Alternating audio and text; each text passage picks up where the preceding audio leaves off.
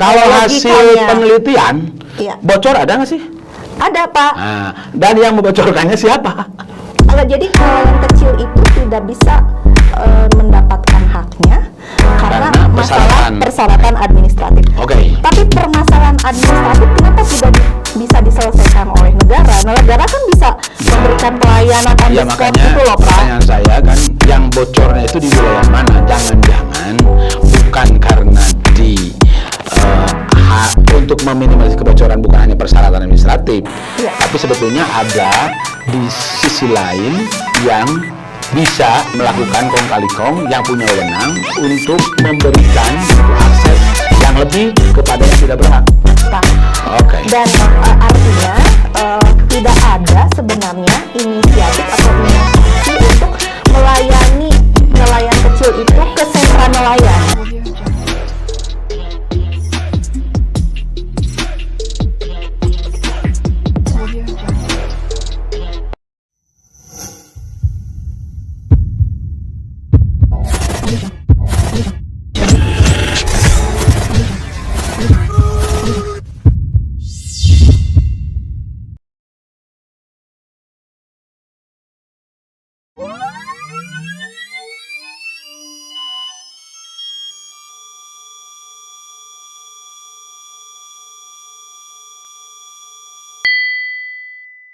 Berarti tadi kepala dinas di level kabupaten kota tidak inovasi, tidak sensitif terhadap membuat regulasi terhadap supaya aksesibel terhadap para nelayan. Yang kedua, sah bandar yang menjadi perangkat pemerintah pusat juga hal yang sama.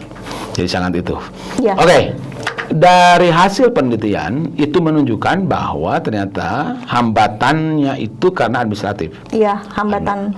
Dan itu diatur di regulasi. Jadi regulasi yang menghambat itu gitu. Jadi regulasi itu yang menghambat, dan regulasinya yang dikeluarkan oleh jenjang pemerintahan di kabupaten maupun di pusat.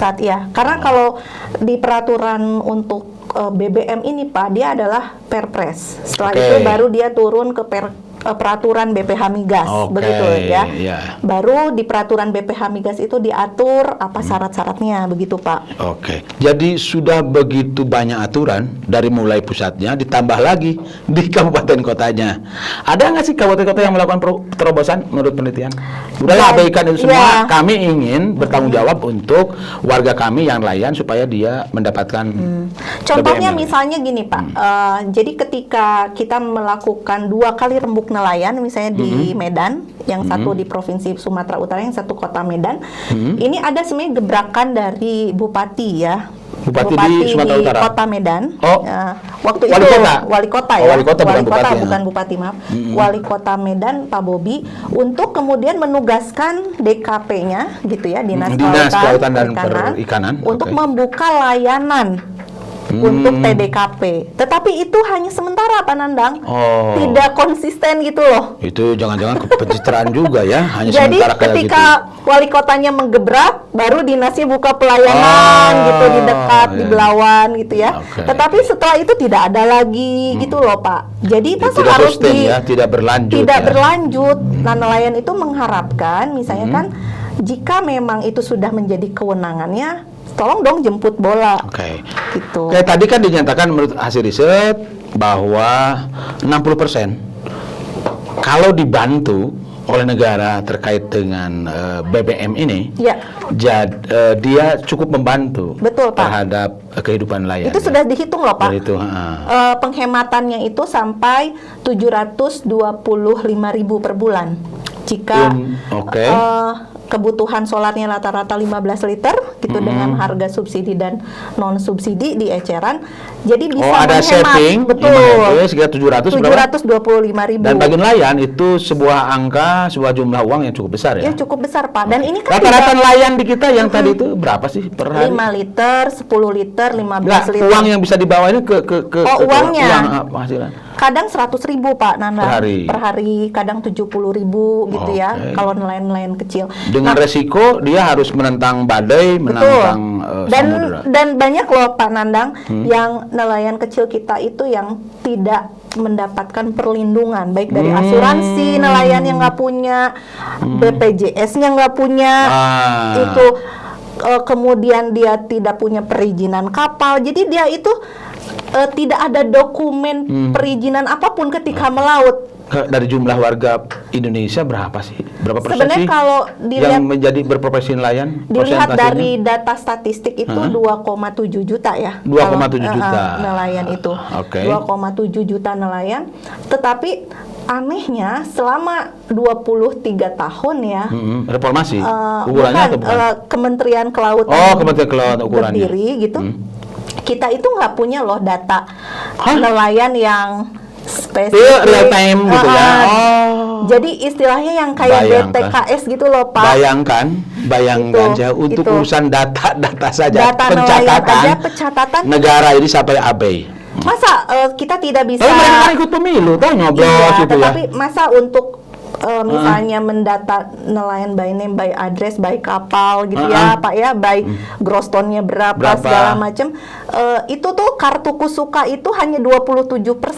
Apal pula ini kartu kusuka ini? Iya, kartu usaha untuk perikanan dan pelautan. Jadi ada nelayan. Kegunaannya untuk apa tuh kusuka tuh? Dia sebenarnya jadi basis data, satu data untuk nelayan, sehingga nanti terintegrasi Pak. Kan harapannya ketika kartu kusukanya benar-benar seluruhnya bisa terdata nelayan kita. Sudah dimiliki oleh para nelayan kartu kusuka itu. Kan dia bisa diintegrasikan dengan berbagai program. Misalnya sekarang BBM tinggal diintegrasikan dengan My Pertamina. Jadi BBM nggak usah tuh pakai 11 persyaratan ngedata lagi. Cuma pakai kartu kusuka, barcode-nya bisa cair BBM-nya gitu. Tapi kan itu ternyata belum bisa Pak Nanda. Rata-rata nelayan tuh kok miskin nggak kategorinya? Miskin Pak. Berarti dia selain dari BBM berarti dia dapat apa kartu-kartu yang lain yang banyak ada Pak. Tapi banyak juga yang tidak dapat. Misalnya dia dapat program PKH, dapat Raskin, dapat kartu Indonesia Pintar gitu ya. Dari hasil ini ke riset nggak tuh berapa yang sudah lengkap punya? Belum Pak.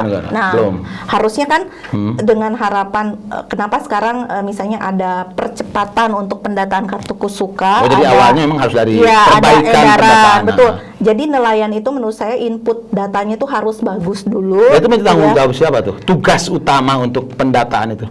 Ya harusnya Kementerian Kelautan dan Perikanan yang kemudian berkoordinasi dengan seluruh kepala daerah.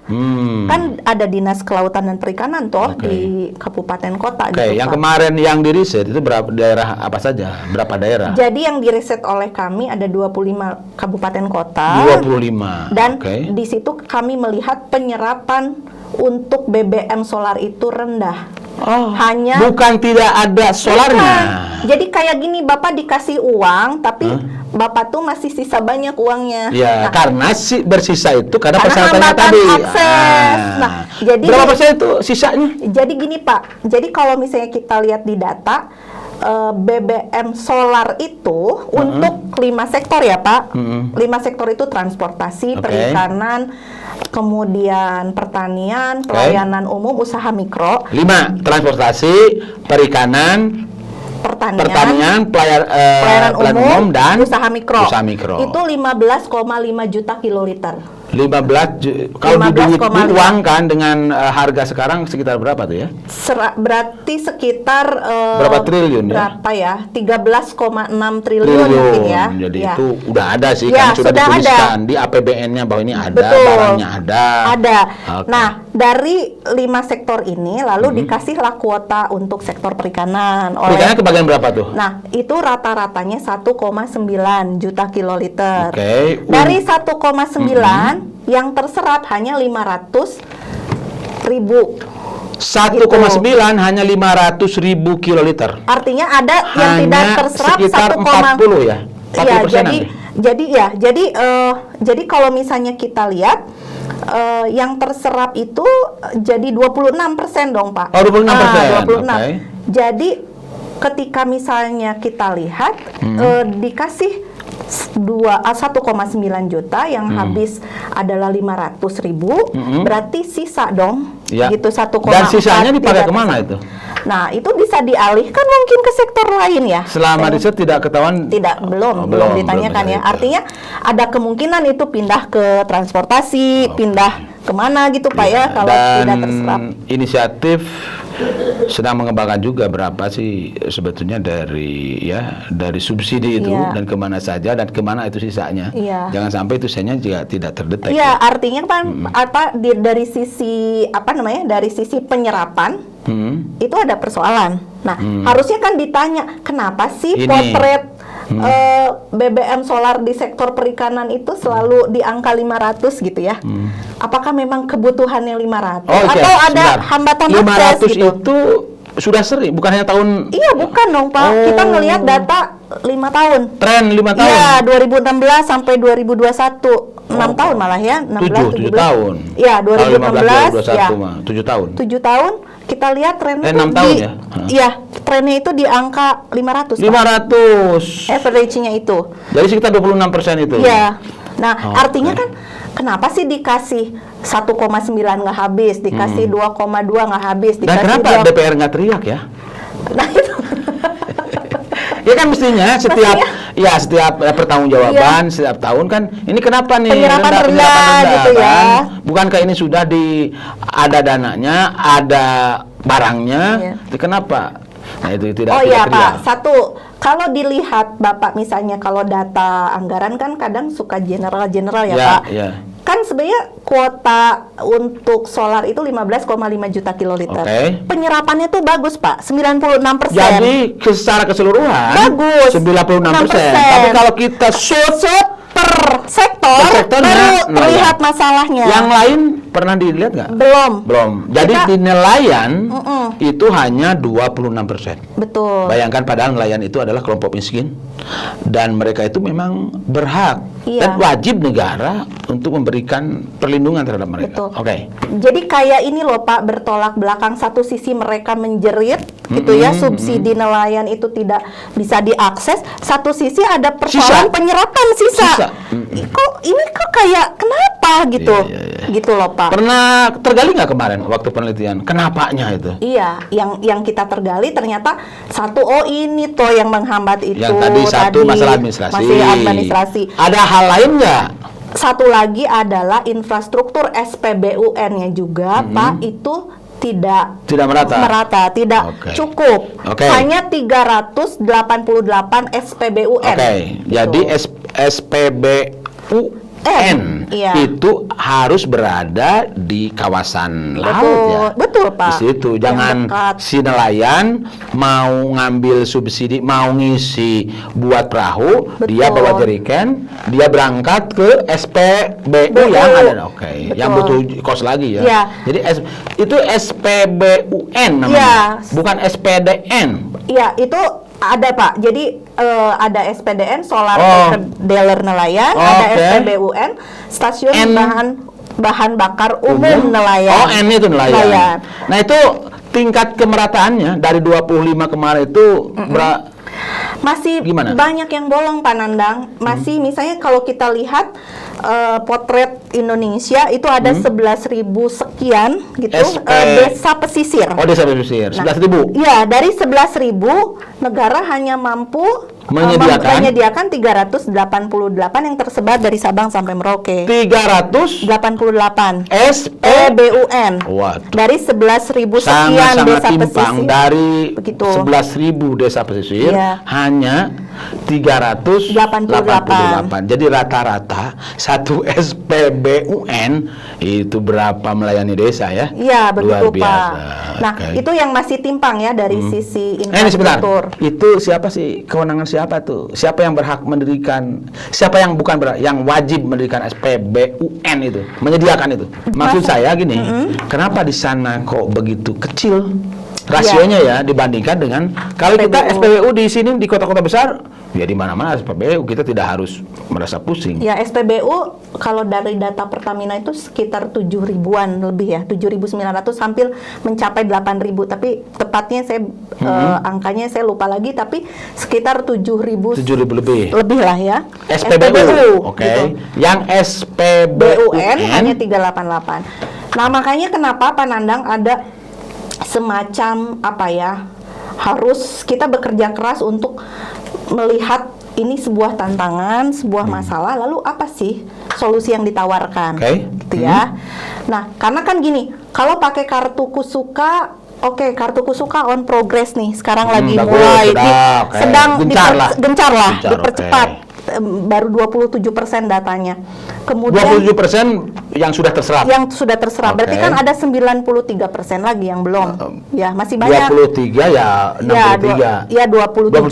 63. Berarti 63. Ya. 73. Ya, 70. Masih banyak lah. Ya, masih banyak ya, 73% lagi. Harus dikejar tuh ya, yang data nelayannya.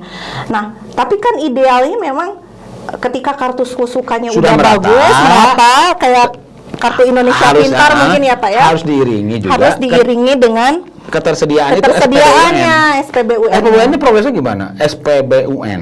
Ya, menurut saya tuh karena ini juga masih on progress dua-duanya, kan nelayan day to day butuh BBM-nya. Apa sih istilahnya kita harus melihat begitu saya sebagai nelayan, saya sudah dapat kartu suka, ternyata tetap aja ngambil solarnya harus ke darat ya, gitu kan. Gitu. Jadi si kartu Kusuka ini kurang begitu optimum ya. Iya, kalau SPBUN-nya tidak tersedia, betul. Okay. Nah, akhirnya waktu kemarin kita coba mendorong ini terutama KNTI ya, Kesatuan Nelayan Tradisional Indonesia dan Koalisi Kusuka termasuk inisiatif Seknas Pitra, Kota Kita, IBP gitu, itu mendorong sebenarnya dan ada sebenarnya inisiatif nih dari Menteri BUMN dan Menteri Koperasi dan UKM untuk antara Erick Thohir dan Pak Teten untuk mengeluarkan satu inovasi gagasan melihat persoalan ini, yaitu solar